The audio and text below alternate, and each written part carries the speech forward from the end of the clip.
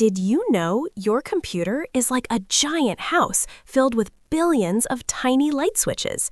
These switches are so small you can't even see them, but they are the secret power behind everything your computer does. Each tiny switch has only two jobs. It can be on or it can be off.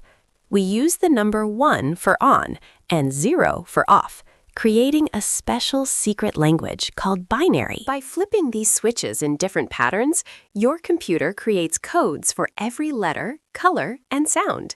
It's like using a secret knock to tell your computer exactly what you want it to do. When you play a game or watch a video, your computer flips these switches millions of times every single second. It works faster than a superhero to make sure your games run perfectly. Next time you send a message or play a game, remember the billions of tiny switches working together to make the magic happen. What will you create next?